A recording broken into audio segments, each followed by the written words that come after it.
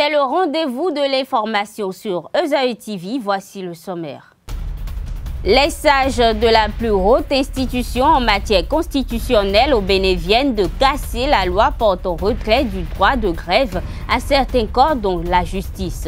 Le pouvoir des députés se limite à un encadrement de l'exercice du droit de grève, a-t-elle indiqué. Nous y reviendrons. Les acteurs de l'enseignement primaire comme secondaire se sont lancés dans un mouvement de lutte contre l'interdiction du droit de grève des travailleurs, une action diversement menée. Tout est prêt pour que la police républicaine soit entièrement équipée. Le ministre Garde des Sceaux l'a annoncé hier au cours du Conseil des ministres. Papa. Oui, ma fille. Tu sais, je t'ai dit qu'après mon bac, je veux devenir journaliste reporter d'images, non? Papa, tu penses m'inscrire où? Esaü. Esaü, papa. Waouh! Maman, maintenant que j'ai eu le bac, je veux faire les finances et trésors. Tu comptes m'inscrire où? Esaü, mon fils. Esaü? Oui, maman! Papa, Oui. tu sais qu'après mon bac, je veux être diplomate, non? Et tu comptes m'inscrire dans quelle université? Mais Esaü, naturellement. Esaü? À Esaü, vous êtes bien formé dans les filières comme administration du travail et de la sécurité sociale, administration générale et territoriale, administration des impôts, gestion des marchés publics, planification et développement local, droit et sciences politiques, sciences économiques et de gestion. Esaü, c'est aussi sa télé numérique Esaü TV et son journal L'Informateur. Esaü, c'est à Bedjromede, 3e rue après le carrefour 16 ampoules allant à Jericho. Numéro de téléphone 98 98 14 00 96 80 55 11 90 93 65 21. Esaü, l'excellence a un nom. Bonsoir à tous. La Cour constitutionnelle du Bénin a déclaré dans l'après-midi de ce jour, non conforme à la Constitution, la loi portant retrait du droit de grève à certains agents permanents de l'État, dont les magistrats, les agents du secteur de la santé. La Cour des 7 sages casse tout simplement cette loi votée le 28 décembre dernier à l'Assemblée nationale et invite les députés à encadrer le droit de grève au lieu de le retirer aux travailleurs du secteur de la justice, de la santé et des forces de sécurité. Le dossier est donc renvoyé sur la table des députés au Parlement pour examen. Un mouvement de grève de 3 jours est déclenché par les syndicats de l'enseignement du secondaire depuis le mardi 16 janvier dernier. Ce mouvement, qui se veut général, a du mal à paralyser le système éducatif. Ce reportage nous en rend compte. Il est 9h30 au CEU Saint-État de Cotonou ce jeudi 18 janvier 2018. La cour et les abords de l'établissement sont remplis d'élèves censés être en classe. Les bagarres et autres jeux dangereux les occupent sur la voie publique. Je suis élève au CEU Saint-État. Oui, j'ai cours à 7 h tous les jours, mais on ne fait rien. Il y a des gens qui quittent loin pour venir, mais rien. Exemple, moi, je quitte jusqu'à Akpakba pour venir. Toujours, je prends mes francs. J'aime 200, 200, 200. Et je viens, je ne fais rien. Ils disent qu'ils ne veulent pas faire cours. Eux rentrent chez eux. Cette ambiance contraste avec celle des salles de classe. Élèves et enseignants ignorent le mouvement de grève déclenché par les syndicats de l'enseignement. Ce matin, d'habitude, on fait cours, mais aujourd'hui, non, parce que le professeur n'est pas là. Oui, hier, les cours se sont déroulés normalement. Hier, nous avons été au cours de 10 h à 13 h. Les responsables syndicaux exposent la situation. Comme vous l'avez constaté, il y a personnes qui sont en train de faire cours. La grève est lancée pour 72 heures, mardi, mercredi, jeudi. Et ça a été bien suivi ici, comme partout ailleurs. Bon, il faut comprendre que lorsque nous démarrons les mouvements de grève, il y a souvent des poches de résistance. Certaines personnes rentrent dans le mouvement un peu tardivement. Alors ceux qui sont en train de faire cours, si vous constatez bien, c'est la plupart des honoraires qui n'ont peut-être pas encore perçu. Même il y a des permanents aussi qui sont allés faire cours, qui n'ont pas perçu le bien fondé de la motion que nous avons lancée. Donc on est là pour le leur expliquer afin qu'ils puissent rentrer dans le jeu de manière pacifique. La grève, oui, mais le système éducatif n'est pas paralysé.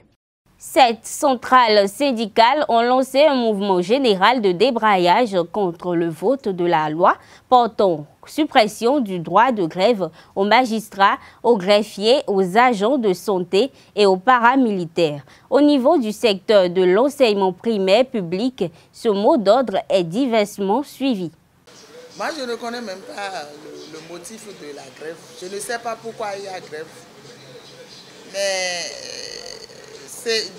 des gens le disent. Mais moi, je ne suis pas allé à l'Assemblée. Pourquoi? J'ai refusé leur assemblée. J'ai refusé d'être syndicaliste ou bien de suivre les syndicalistes depuis très longtemps. Je suis désolé pour le dire. C'est vrai. Nous disons chaque fois que c'est les grèves, c'est faire d'abord, c'est quand nous faisons des grèves que nos revendications aboutissent. Ce n'est pas, c'est vrai. Laissons ce régime quelque temps pour voir. Il est arrivé quand? Alors qu'il y avait, nous-mêmes, nous avons dit qu'il y a beaucoup de dégâts, on veut corriger beaucoup de choses. Et pourtant, au lieu d'aider, de faire ce que nous avons à faire, nous-mêmes, chacun à son niveau, nous ne le faisons pas. Et on organise abusivement des grèves. Et quand est-ce qu'on veut développer notre pays?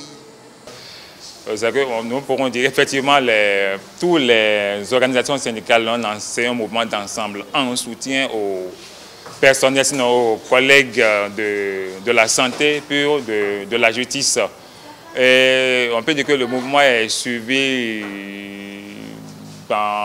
de façon générale, mais ici à Séké Sud, il est bien vrai que le service minimum est assuré par les 3 directeurs et directrices dans la mesure où les 3 CM2 sont fonctionnels.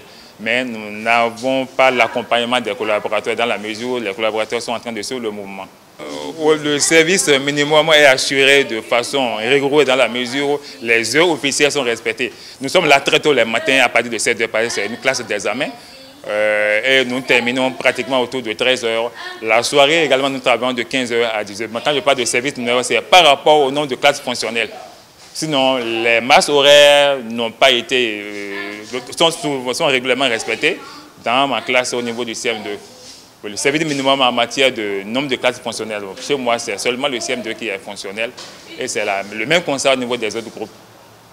Nombreux sont les Béninois qui se plaignent du fait qu'à ce jour, aucun changement ne soit observé du côté des policiers et des gendarmes en ce qui concerne leur uniforme avec l'avènement de leur fusion en une police républicaine.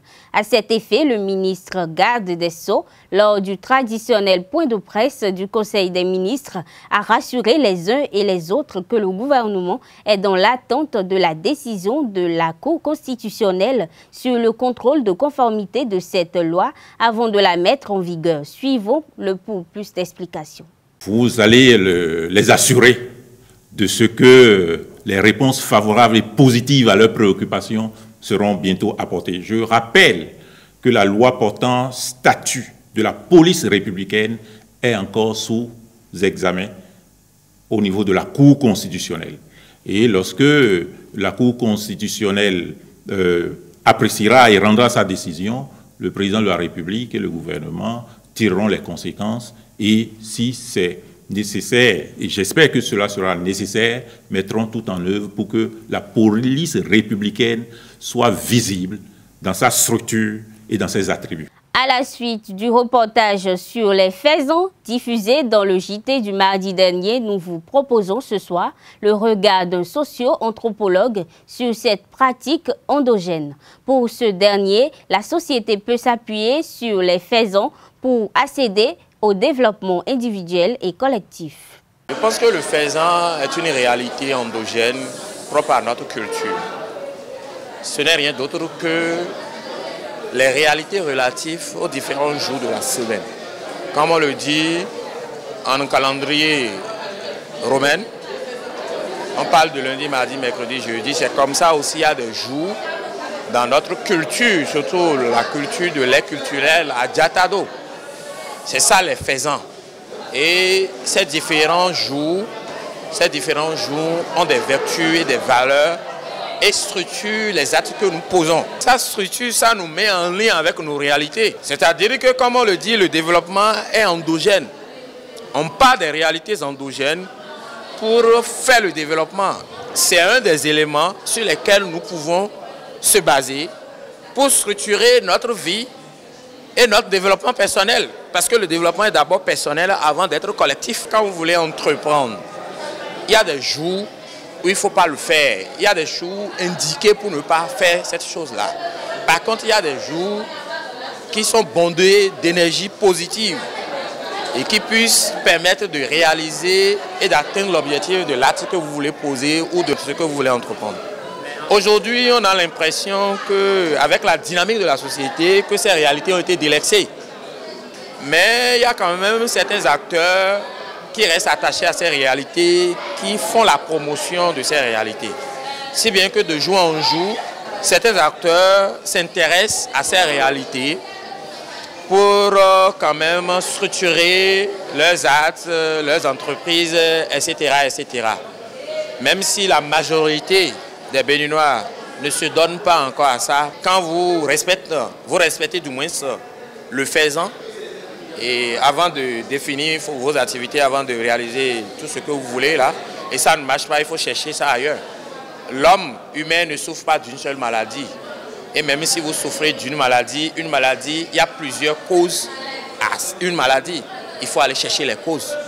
Voilà, donc en cherchant les causes, on peut comprendre que voilà, il y a plusieurs facteurs qui expliquent l'échec de l'activité malgré le respect du faisant. Les karatékas béninois, notamment les dames, entament l'année 2018 avec des lauriers comme ils ont terminé la précédente. Malgré les ressources limitées, ils ont engrangé 12 médailles, dont 6 en or, à la première édition de l'Open International de Ouagadougou du 11 au 14 dernier. Revenu à Cotonou mercredi matin très tôt, le président de la fédération Roch Kenom fait le point de la participation béninoise de karaté-do. Ça n'a pas été facile du tout, mais nos filles, en réalité, on peut le dire aujourd'hui, sont vraiment sur le toit de la maison, zone. Elles ont raflé tout ce qu'il y avait comme médaille dans leur catégorie. Comprenez que nous n'avons pas pu aller avec tout le monde.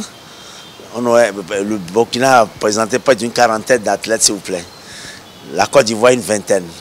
Et nous, on est partis qu'avec 8 garçons et filles confondus. Vous comprenez que nous ne pouvions pas avoir des éléments dans toutes les catégories de poids, d'âge. Donc 8, elles sont revenues avec 6 médailles d'or, 2 d'argent et 4 de bronze. Bronze, ce sont les garçons. Or et argent, ce sont les filles. Elles se sont imposées.